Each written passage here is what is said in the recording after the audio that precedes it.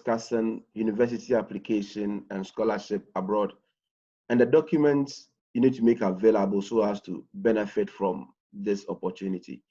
Now, assuming I have applied to the school, all my documentation is ready, how do I assess the scholarship?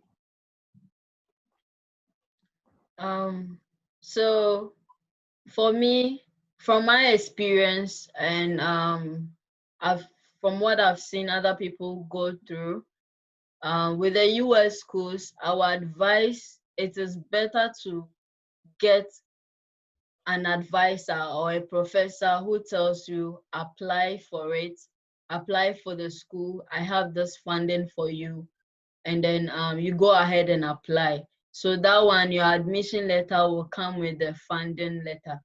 So Okay. it will tell you the amount of money that the school is giving you or the professor is setting aside for you for your tuition and for your stipend. So the stipend takes care of your living expenses.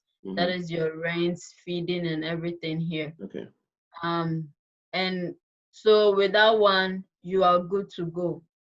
But if you are not able to get funding, you look around, there are some other scholarships around. So we have the US Embassy in Ghana has the Fulbright scholarship. So you can look at that one too. It's very competitive, but you can look at it and see if you be admitted or you can get that scholarship. And then also some of the schools also have scholarships available on the school's website. So you try and apply for those ones too. And then you contact the International Student Affairs for the school and then ask them about scholarships that are available that you can apply. So you just take all these, how do I say, you just go through all these ones and see if you'll be able to obtain a scholarship if you get admission without funding.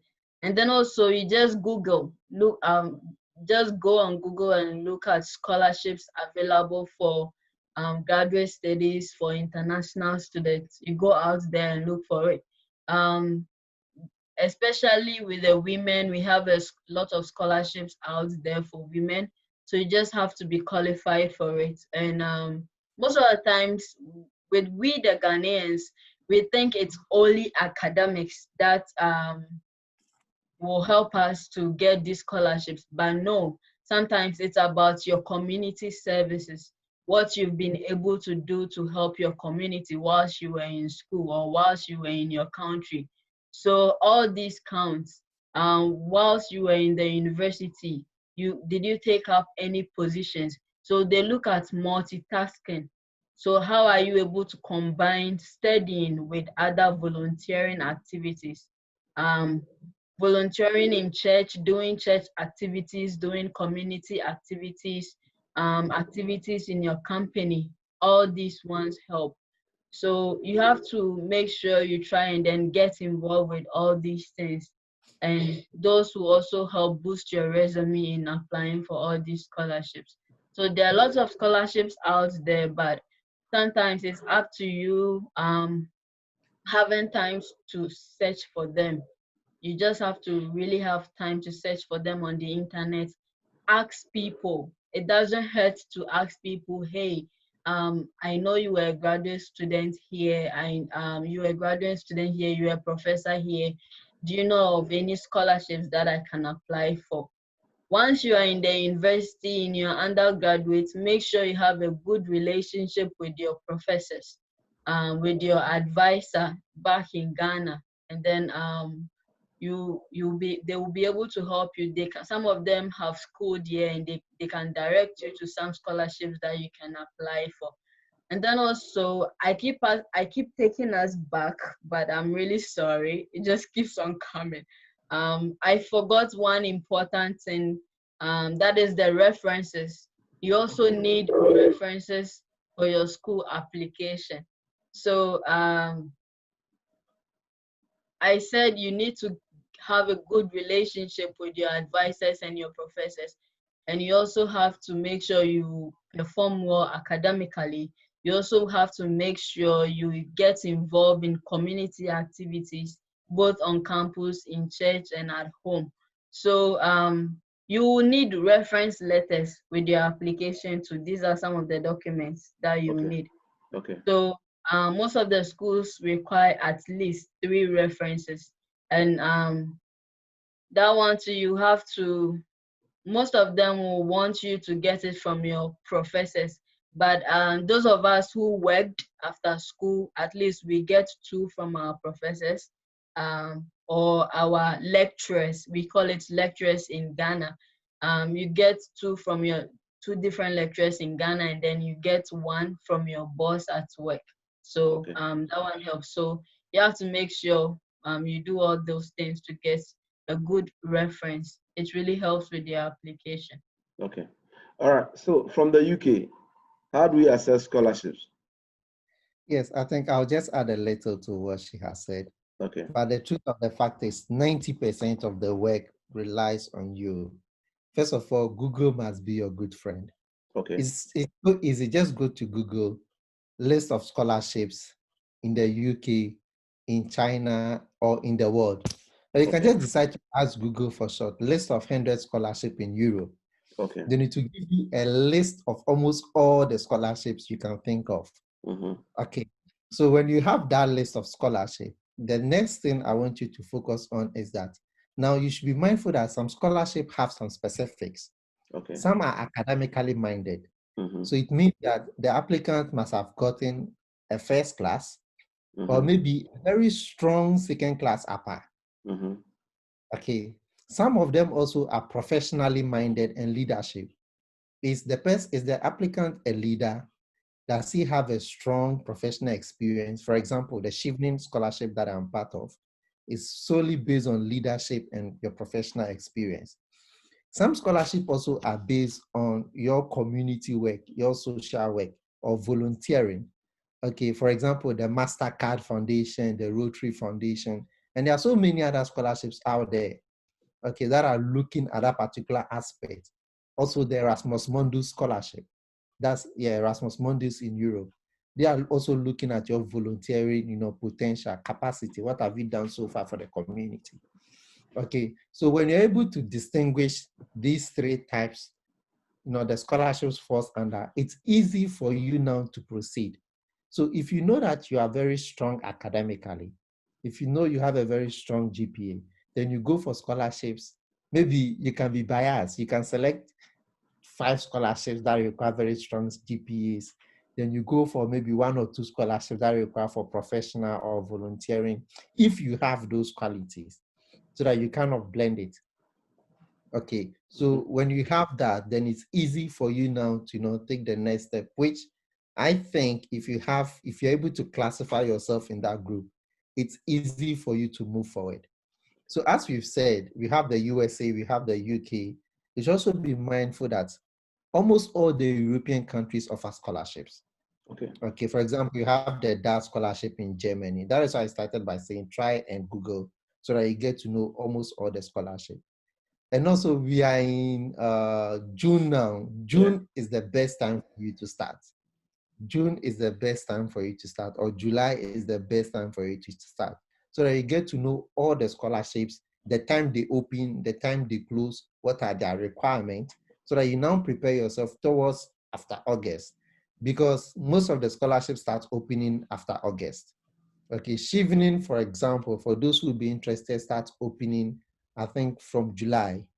No, it starts opening also first week in August. Okay. So you realize that almost all the scholarships start opening in August.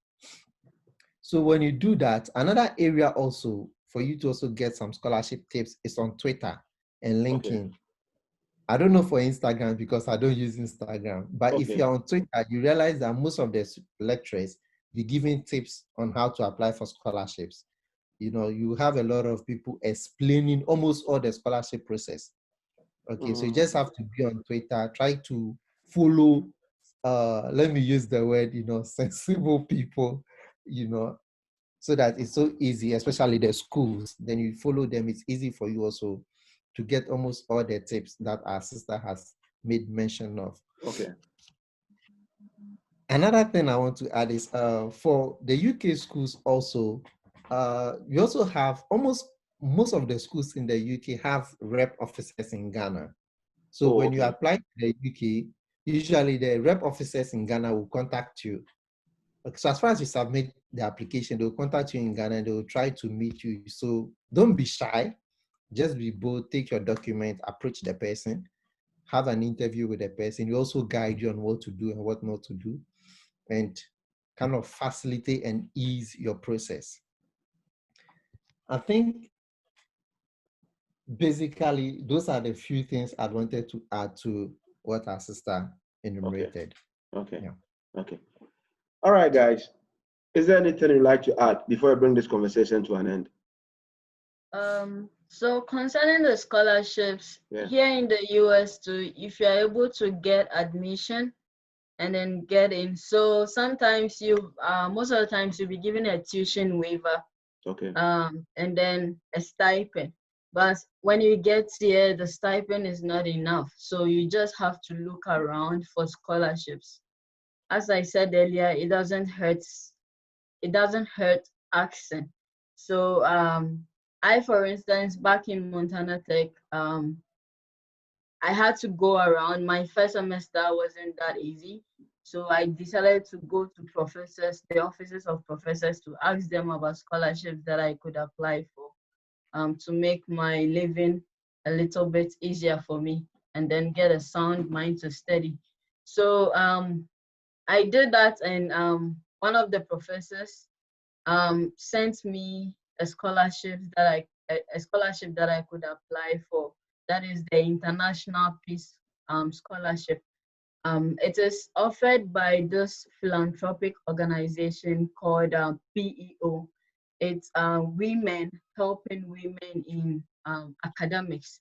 So we have it here in US, and then we have it in Canada, I think. So like almost every town you go in US, they have a chapter in the US. So once you are able to apply for that scholarship, you go through it, and then you are offered the scholarship. They assign you to a chapter in the US, and then the chapter will be communicating with you day in and day out. So I applied for this scholarship, and luckily for me, the professor who sent me this scholarship was a member of the chapter in Butte, Montana. That is where Montana Tech is located.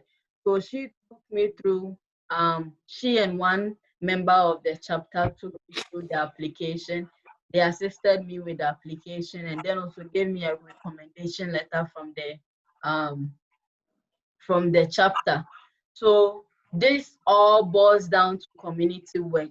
With the PO, they really look at what you have done for your community.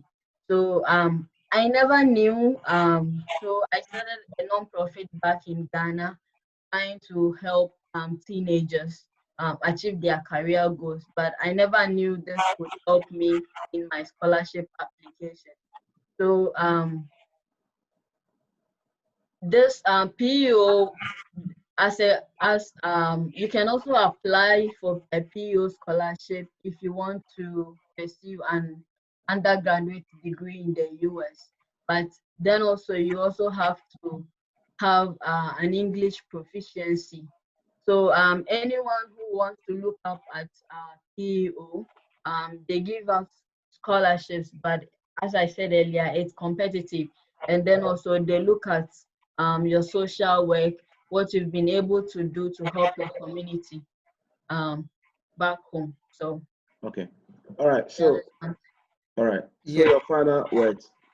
yeah, I will just highlight on 5 main things. Okay. The first thing is volunteering.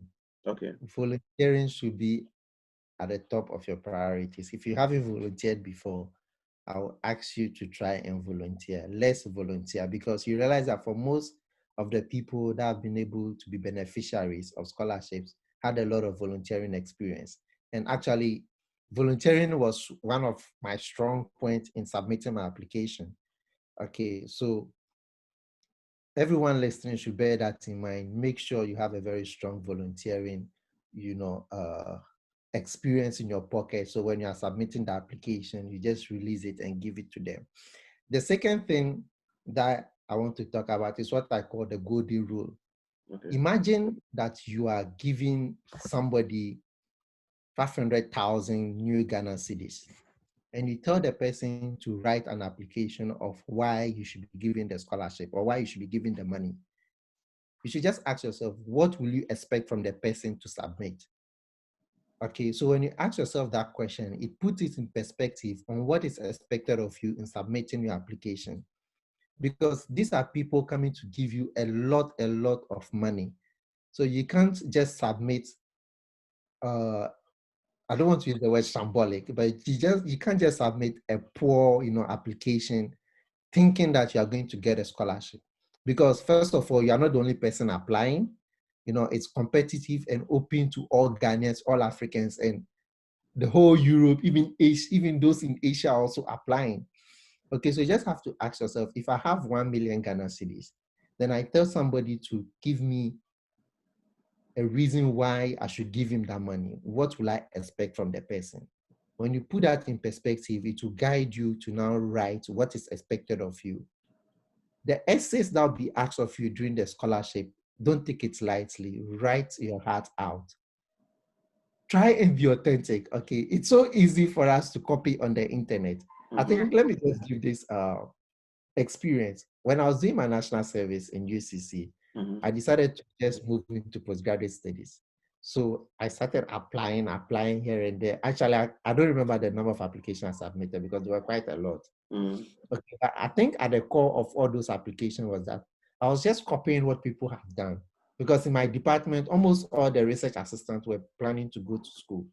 So I was like, oh, Charlie, sample, intro. Okay, so I was just kind of copying what people have written, and I didn't ask myself that golden rule. Why should I be given that opportunity? Okay, so let's take our time. Let's search on the internet. Let's look at all the scholarships. Let's look at their criteria. And another important thing also is that make sure your qualification exceeds the criteria set by the school and the scholarship.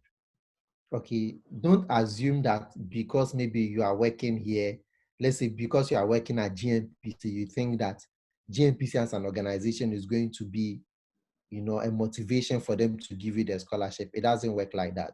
Okay, so make sure that the criteria they've set, your qualification exceeds it.